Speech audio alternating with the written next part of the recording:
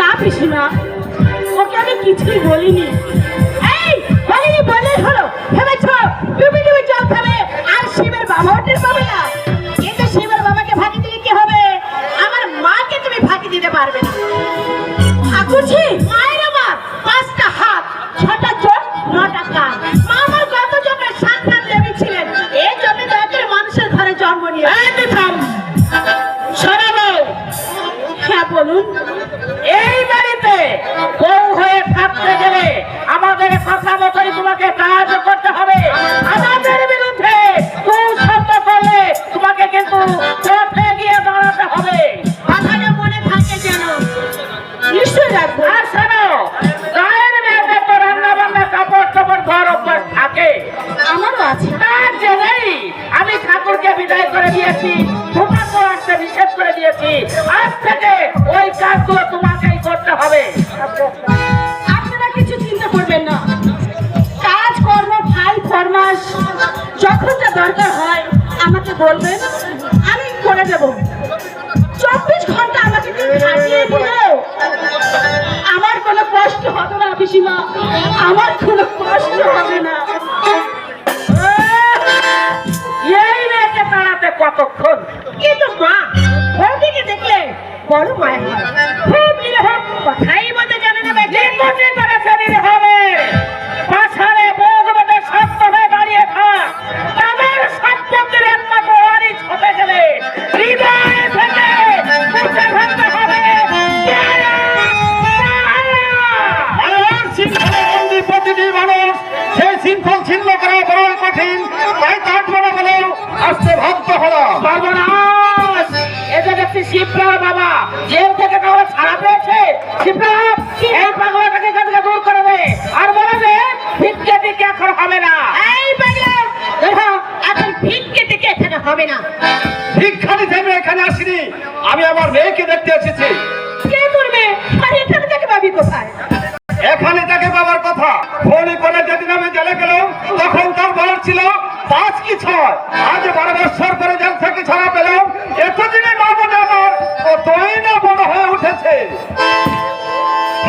মা, কি হয়েছে বলছে? পাগলে কিনা বলে ছাগলে কিনা খায়। আয় তুই চলে আয়, চলে আয় তুই আমার সঙ্গে। তোমার কণ্ঠ সুর শুনে আগেই চিনে ফেলেছি বাসবি, ভয় নেই। তোমার মতো কোনটা স্ত্রীকে আমি বুকে জড়িয়ে ধরবে না।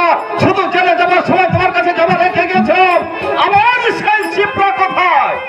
শিপ্রা? হ্যাঁ, আমার একমাত্র আদরণী মেয়ে শিপ্রা। বাবা,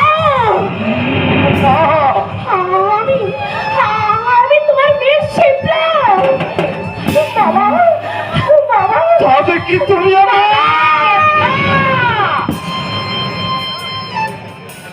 মা?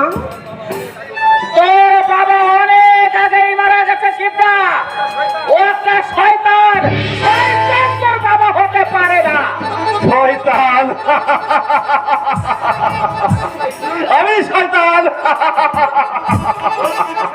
তোর পুরুষের সঙ্গে ব্যভিচারে লিপ্ত থেকেও তুমি রইলে সতী, আর তোমার প্রেমের নাগরকে খুন করে জেলে গেলুম বলে আমি হলাম শয়তান। তোমার বাড়ি ছেড়ে সেই দিনই আমি চলে এসেছি, আর ওখানে কোনোদিন আমি ফিরে যাব না। তুমি যেতে চাইলে তোমাকে আমি ঘরে তুলে দেবো না বাসবি। আমার চোখে বাসবি মরে গেছে, আমার মেয়েকে দাও, ওকে আমি বাড়িতে চলে যাব। ওকে আমি গর্বে বলেছি, তোকে রক্ত খাইয়ে ওকে মানুষ করেছি, বিয়ে দিয়েছি, ওর উপর তোমার কোনো অধিকার নেই। অয়েল অয়েল বাসবি অয়েল, আজ আমি চলে যাচ্ছি। আমার একদিন আসবো, তোমার সেই উকিল দাদাটিকে জিজ্ঞাসা করবো ওই মেয়ের উপর আমার অধিকার আছে কিনা। আজ এ পর্যন্তই থাক বাসবি। যাবার সময় তোমাকে আমি হুঁশিয়ার করে দিয়ে যাচ্ছি বাসবি, তোমার কাছে থেকেই আমার মেয়ের যদি কোনো ক্ষতি হয় তাহলে আমি তোমাকে ছাড়বো না। তোমার গুপ্তনগরের মুখে ছড়ে বসিয়ে দিয়ে আমি ছেড়ে গিয়েছিলাম, এবার না হয় তোমাকে খুন করে হাসতে হাসতে পুলিশের হ্যান্ডকাপ হাতে পারবো। বাবা!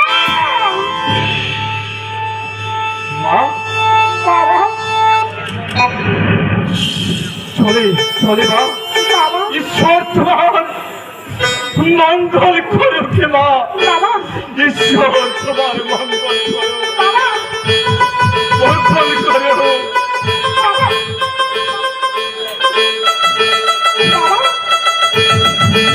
মা, আসতে হবে মা।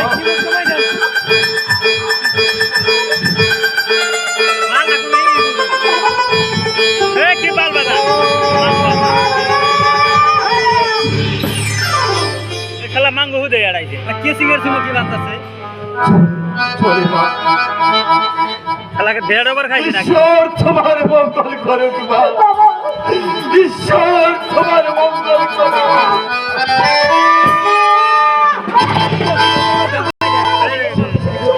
যাবে নাকি থাকবে? থাকবার মুখ আদত আছে? কিন্তু মা বাবাজি বললে তুমি নাকি পরপুরুষের সঙ্গে মিথ্যে, সব মিথ্যে। জীবনে কটা সত্যি কথা বলেছো? ভণ্ড শয়তান, ওর কোনো কথা তুই আদৌ বিশ্বাস করবি না চিত্রা। ও তোর বাপ নয়, ও হচ্ছে শত্রু, শত্রু, শত্রু। মা শত্রু শত্রুই যদি হবে তাহলে কেন কেন আমাকে দেখে সে চমকে উঠেছিল, কেন তার দু চোখ জলে ভরে উঠেছিল?